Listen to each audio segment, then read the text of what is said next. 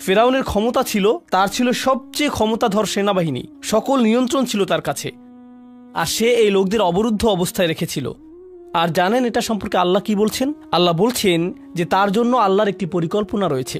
কেউ জানতো না যে সেই সময়ের সবচেয়ে ক্ষমতাধর মানুষটি আতঙ্কিত অবস্থায় ঘুমাতে গিয়েছে, এমন মানুষদের ভয়ে যারা ছিল আপাত দৃষ্টিতে ক্ষমতাহীন।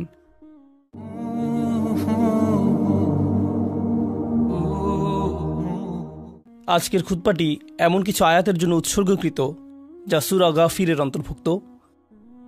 আর এখানে আপনাদের প্রতি আমার পরামর্শ হলো, এই জুমার নামাজ শেষ হওয়ার পর সাপ্তাহিক ছুটিতে আপনাদের হাতে যতটুকু সময় রয়েছে এই সময়ে সূরা গাফির পাঠ করুন এবং আল্লাহর এই বাণী নিয়ে গভীর চিন্তা করুন।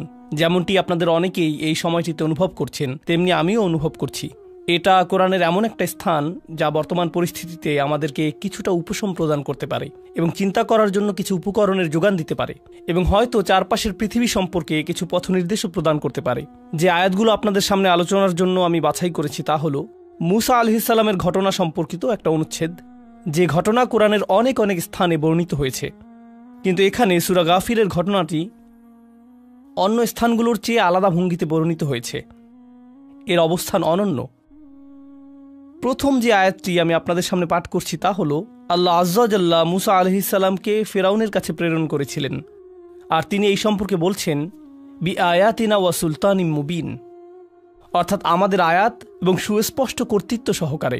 দৃশ্যপটটি বোঝানোর জন্য বলছি, ফিরআউনকে তখন সুপার পাওয়ার হিসেবে বিবেচনা করা হতো, আর তার রাজত্বকে বিবেচনা করা হতো সেই সময়কার সবচেয়ে শক্তিশালী রাজত্ব হিসেবে। পৃথিবীর কোনো সেনাবাহিনী ফিরআউনকে মোকাবেলা করার স্পর্ধা দেখাতো না, আর পৃথিবীর অন্য ক্ষমতাধর সভ্যতাগুলোর সাথেও তাদের রাজনৈতিক মৈত্রীবন্ধন ছিল। অন্য জাতিগুলোর রাজপরিবারের সদস্য এবং রাজপুত্রগণ ফিরআউনের সাম্রাজ্যে এসে প্রশিক্ষণ গ্রহণ করত। তো ফিরআউন রাজবংশ ছিল সেই সময়ের সুপার পাওয়ার, অর্থনৈতিকভাবে, সামাজিকভাবে, রাজনৈতিকভাবে। আর তাদের বিশাল স্থাপনাগুলো, যেগুলোর কিছু কিছু এখনও দাঁড়িয়ে আছে, সেগুলো নির্মাণের একটি কারণ এটাও যে যখন কেউ সেগুলোর পাশ দিয়ে হেঁটে যেত অথবা তাদের জাহাজগুলো এর পাশ দিয়ে অতিক্রম করত কিংবা ভ্রমণকারীরা যাতায়াত করত, তারা এই স্থাপনাগুলোর দিকে দৃষ্টিপাত করত আর ভাবত যে আমরা এই লোকদের সাথে ঝামেলায় জড়াতে চাই না, এই লোকেরা অনেক বেশি অগ্রসর, তাই তাদের সাথে বিবাদে না যাওয়াই উত্তম। কোরআনের অন্যত্র ফিরআউনের গোটা সভ্যতাটিকে বর্ণনা করা হয়েছে যিল আওতাদ হিসেবে, অর্থাৎ কিলোকের অধিকারী জনগোষ্ঠী, ফিরআউন যিল আওতাদ। এই বিষয়ে তাফসীরকারগণ অনেক মন্তব্য করেছেন, তবে এর মধ্যে কয়েকটা বিষয় আমি আপনাদের সামনে উল্লেখ করব। যখন আপনার সেনাবাহিনী বড় হয় অথবা আপনার রাষ্ট্রটি সেনা নির্ভর হয়, তখন আপনাকে বিভিন্ন অঞ্চল জুড়ে সেনাবাহিনীকে সঞ্চালিত করা অব্যাহত রাখতে হয়। এজন্য সেনাবাহিনী যেখানেই যায় তারা শিবির স্থাপন করে, আর এই শিবিরগুলো হয় সহজে বহনযোগ্য। আর সেনা শিবিরকে বহনযোগ্য হতে হলে যেখানেই যান আপনাকে তাঁবুগুলোকে কিলোক দিয়ে মাটির সাথে আটকাতে হবে। আর আরবিতে অতীত অর্থ হলো তাঁবু, তাঁবু আটকানোর কিলোক। এর অনেকগুলো অর্থ রয়েছে, কিন্তু একটি অর্থ অনুযায়ী এখানে শব্দটি ইঙ্গিতপূর্ণ। এখানে রূপক অর্থে ফিরআউনের ব্যাপারে বলা হচ্ছে।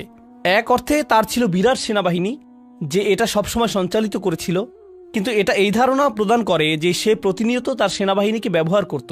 সে তার সেনাবাহিনীকে ব্যবহার করত জনগণকে নিয়ন্ত্রণ করার জন্য।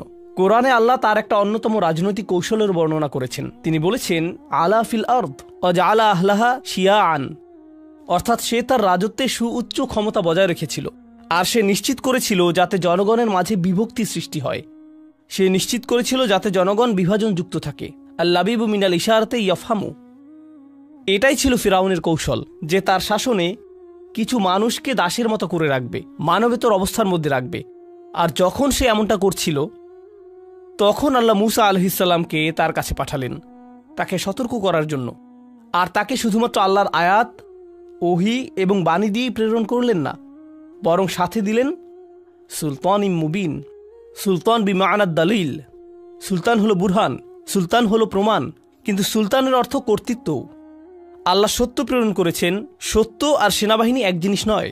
সেনাবাহিনীর আছে অস্ত্র, সেনাবাহিনীর একটি উপস্থিতি রয়েছে, সেনাবাহিনী আক্রমণ করতে পারে, সেনাবাহিনী হত্যা করতে পারে, সেনাবাহিনী রক্ত ঝরাতে পারে।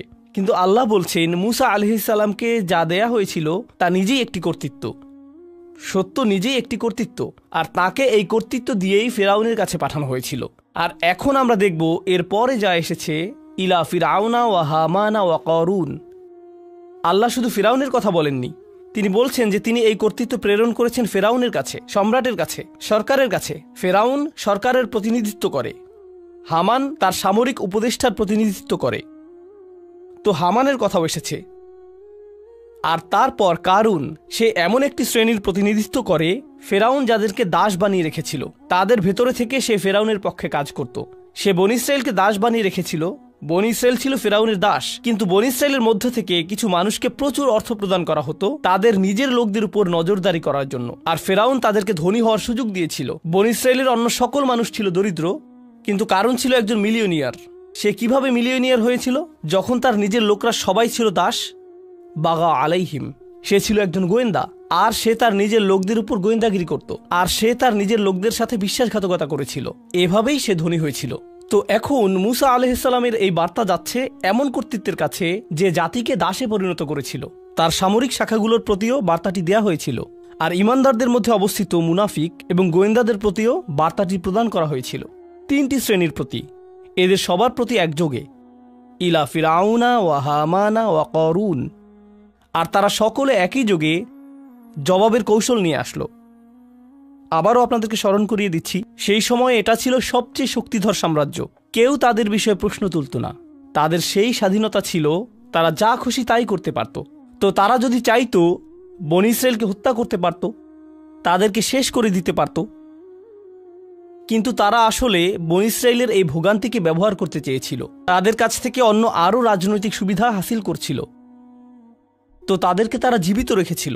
এটা অসুবিধাজনক, কিন্তু তাদেরকে জীবিত রাখতে হবে, কারণ তারা তাদেরকে দাস হিসেবেও ব্যবহার করত। আর তাদের নিজেদের পক্ষে নির্দিষ্ট কিছু কৌশলী কাহিনী তৈরি করেছিল।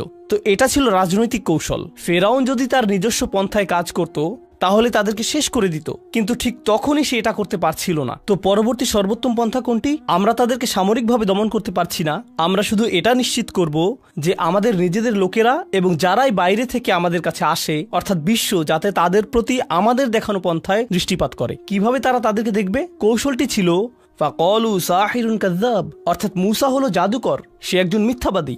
এই মানুষগুলো মিথ্যাবাদী, তাদেরকে বিশ্বাস করা যায় না। সে যেই মানুষদের প্রতিনিধিত্ব করছে তারা মিথ্যাবাদী।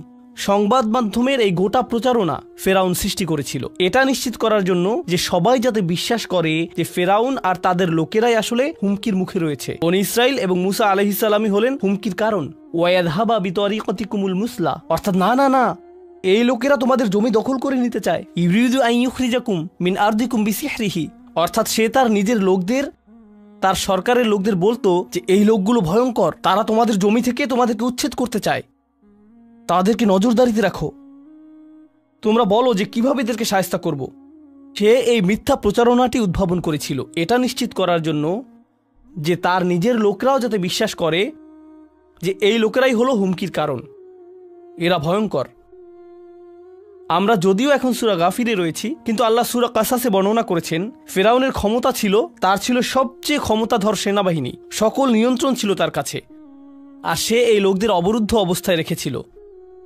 তাদের বসবাসের এমন অবস্থা ছিল, আপনি যদি কোরআন এবং বাইবেলে উল্লেখিত বনী ইসরায়েলের বর্ণনা দেখেন, তাহলে আপনি এটাকে বলবেন উন্মুক্ত কারাগার, এটাই আপনি বলবেন। এই অবস্থাতেই সে তাদেরকে রেখেছিল। আর জানেন এটা সম্পর্কে আল্লাহ কি বলছেন? আল্লাহ বলছেন যে তার জন্য আল্লাহর একটি পরিকল্পনা রয়েছে। অনুরিয়া ফিরআউনা ওয়া হামানা ওয়া জুনুদাহুমা মিনহুম মা কানু ইয়াহযারুন। আল্লাহ ফেরাউনকে, হামানকে এবং তাদের সেনাবাহিনীকে দেখাতে চেয়েছেন এমন জিনিস যার ভয় তারা সবসময় করত। আল্লাহ তাদেরকে দেখাতে চেয়েছেন যা তারা ভয় করত। এই আয়াতটি চমৎকার, কারণ এখন আল্লাহ আমাদেরকে বলছেন যে ফেরাউন আতঙ্কিত, তোমার কাছে সেনাবাহিনী রয়েছে, তারা হলো দাস, তোমার কাছে সকল অস্ত্রশস্ত্র রয়েছে, তারাই হত্যার শিকার হচ্ছে, তারাই ক্যাম্পে রয়েছে, আর তুমি পৃথিবীর সর্ববৃহৎ প্রাসাদে রয়েছ, তোমার কাছে সকল নিরাপত্তা রক্ষী রয়েছে, সকল সংবাদ মাধ্যমের মালিকানা তোমার, আর তুমি এখন ভীত, তুমি রাতে ঘুমাতে পারো না, তুমি দুঃস্বপ্ন দেখছো। ভেতরের এই খবর একমাত্র আল্লাহই দিতে পারেন। কেউ জানতো না যে সেই সময়ের সবচেয়ে ক্ষমতাধর মানুষটি আতঙ্কিত অবস্থায় ঘুমাতে গিয়েছে, এমন মানুষদের ভয়ে যারা ছিল আপাত দৃষ্টিতে ক্ষমতাহীন। মা কানু ইয়াহযারুন। তো এখন এই আয়াতগুলোতে ফিরে আসছি। এই খুতবাটি সম্পূর্ণ, এই খুতবাটির বিষয়বস্তু হলো ফেরাউনের কৌশলগুলো উপলব্ধি করা সে আতঙ্কিত। তাকে এই লোকগুলোকে নিয়ন্ত্রণ করতে হবে। সে কি করবে? কোরআনে আল্লাহ তার কৌশলের উল্লেখ করেছেন যাতে আমরা তার পরে আসা প্রত্যেকটি ফেরাউন সম্পর্কে জানতে পারি। এটা কোরআনে বর্ণিত কৌশলের নকশা প্রত্যেক ফেরাউনের জন্য যারা সেই ফেরাউনের পরে আসবে। আসাতিরুল আউয়ালিন, এটা শুধুমাত্র আগের যুগের ঘটনা না। ফিহি যিকরুকুম, এটা তোমাদের কথা বলছে, তোমাদের পরিস্থিতি। তো এখন ফালাম্মা জাআহুম বিল হক মিন ইনদিনা ক্বালু, যখন সত্য এসে উপস্থিত হলো এবং এটা পরিষ্কার হলো যে সে অন্যায় করছে, এর কারণ মুসা আলাইহিস সালাম যখন আসলেন, প্রথম যে দাবি মুসা আলাইহিস সালাম করেছিলেন তা হলো আন আরসিলা মাআনা বানি ইসরাইল, তোমাকে এই মানুষগুলোকে ছেড়ে দিতে হবে। তারা তোমার দাস নয়, তারা আল্লাহর দাস। তুমি তাদেরকে দাস হিসেবে রাখতে পারবে না, তুমি তাদেরকে এই ক্যাম্পে রাখতে পারবে না। এটা ছিল মুসা আলাইহিস সালামের প্রথম দাবিগুলোর একটি। আর যখন এই দাবিটি স্পষ্ট হয়ে গেল, ফেরাউনের জবাব কি ছিল? আল্লাহ তার জবাবের বর্ণনা দিচ্ছেন, উকতুলু আবনা আল্লাযীনা আমানু মাআহু, তার প্রতি যারা ঈমান এনেছে তাদের সন্তানদেরকে হত্যা করো, তাদের সন্তানদেরকে হত্যা করো। তাদেরকে হত্যা করাতে আমাদের আগ্রহ নেই। তাদের সন্তানদেরকে হত্যা করার মাধ্যমে আমরা তাদের মনোবল ভেঙে দিব। তাদের সন্তানদেরকে লক্ষ্যবস্তুতে পরিণত করো, শিশুদেরকে লক্ষ্যবস্তু বানাও, আর যথেষ্ট সংখ্যক নারীদেরকে জীবিত রাখো। তারা শিশু জন্ম দিতে থাকবে। যদি তারা পরবর্তীতে প্রতিরোধ গড়ে তোলার চিন্তা করে অথবা প্রতিবাদ করার চিন্তা করে, তখন আরও বেশি শিশু হত্যা করবে। তুলু আবনা আল্লাযীনা আমানু মাআহু ওয়াস্তাহইয়ু নিসাআহুম, এই লোকদের মনোবল ভেঙে দেয়া তার সামরিক কৌশলের অংশ ছিল। সে শুধু বলতে পারত যে প্রাপ্তবয়স্কদেরকে হত্যা করো।